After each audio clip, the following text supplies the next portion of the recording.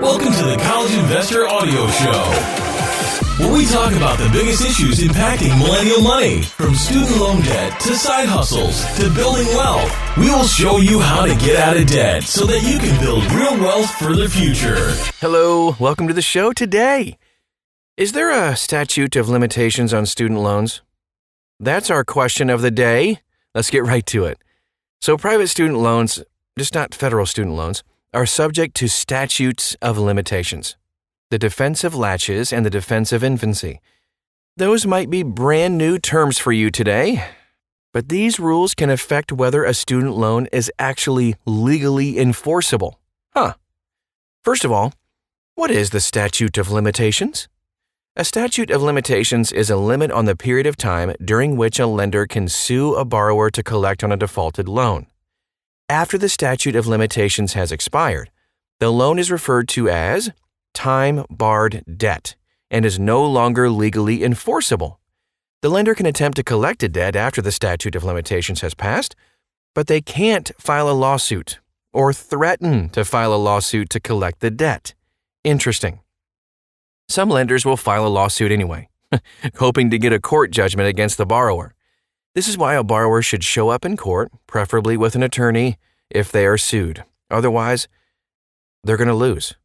When the borrower presents evidence that the statute of limitations has passed, the judge will dismiss the case with prejudice, thereby blocking the lender from refiling the lawsuit at a later date.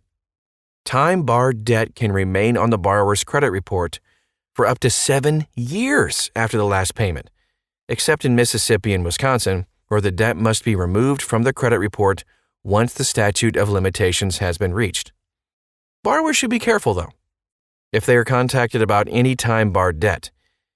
Time-barred debt can be resurrected if the borrower makes a payment on it, even a token good faith payment because you felt kind of bad.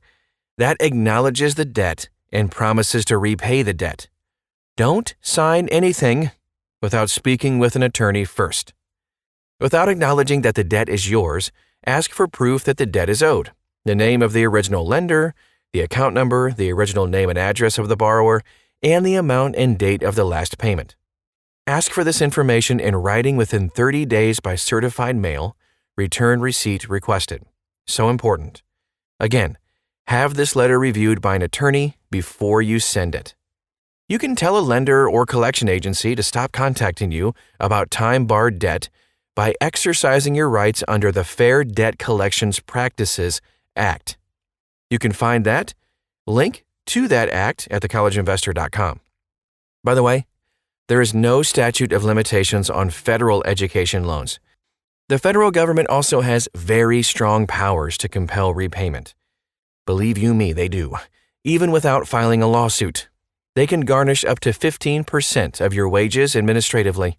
They can also offset federal income tax refunds and up to 15% of Social Security retirement and disability benefit payments.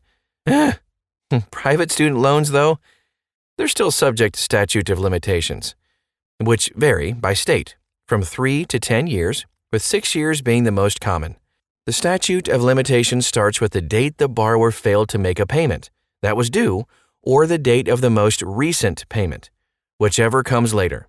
We have a list of all the different states and the different years in the statutes at thecollegeinvestor.com. It isn't always clear which state's statute of limitations applies. It could be the state in which the borrower resided at the time the loan was made, the state in which the borrower currently resides, the state in which the student attended college, or the state in which the lender is or was located. If the contract has a choice of law clause, that clause will determine the applicable state. Borrowers should consult with a qualified attorney and not just assume that any particular state's statute of limitations applies. If the borrower moves out of the country, the statute of limitations will be tolled, suspending the statute clock until the borrower returns to the U.S. So you can't run away from your debt. What is the defense of latches? We mentioned that earlier in the podcast. So the defense of latches seeks to have a legal claim dismissed because of an unreasonable delay in pursuing the claim. The borrower would have to show that the lender's failure to pursue a claim in a timely manner negatively impacted the borrower's ability to defend against the claim. Although not the same as a statute of limitations, the defense of laches is based on similar notions of fairness.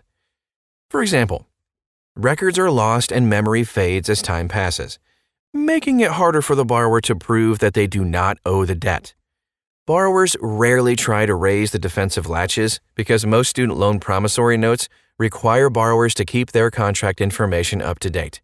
If the borrower does not receive a loan statement or coupon book because they moved, that's the borrower's fault, not the lender's. The defense of laches generally doesn't apply to federal student loans, but the defense of laches might to private loans. It's just rarely used to defend against lawsuits concerning private student loans, though. Now let's take a look at the defense of infancy, another key term today. The defense of infancy is based on the idea that minors lack the capacity to enter into legal contracts, such as loan promissory notes. This renders a student loan unenforceable because the student was underage at the time the loan was borrowed, even if they were enrolled in college. Federal student loans are not subject to the defense of infancy, though, of course. Private student loans are subject to the defense of infancy, which is why lenders require the student and cosigner to have reached the age of majority for their state of legal residence. The age of majority is 18 in all states, except for Alabama and Nebraska, where it is 19. Why? I have no idea. And Mississippi, where it is 21. That seems reasonable. Hey, thanks so much for stopping by. That is our show for today. If you have any more questions about this, you want to dive a little bit deeper, you can find this article at thecollegeinvestor.com.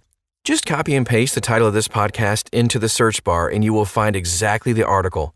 By the way, when you're there, there's tons of other stuff too. We have reviews on tax software. We have some tips on investing and how you can make the most out of your investments, the best high-yield savings accounts, and more stuff. Even 100 ways for you to start a side hustle of your own. Bang. Tons of stuff going on there. Again, it's thecollegeinvestor.com. Thanks again for stopping by today. We'll talk to you again real soon.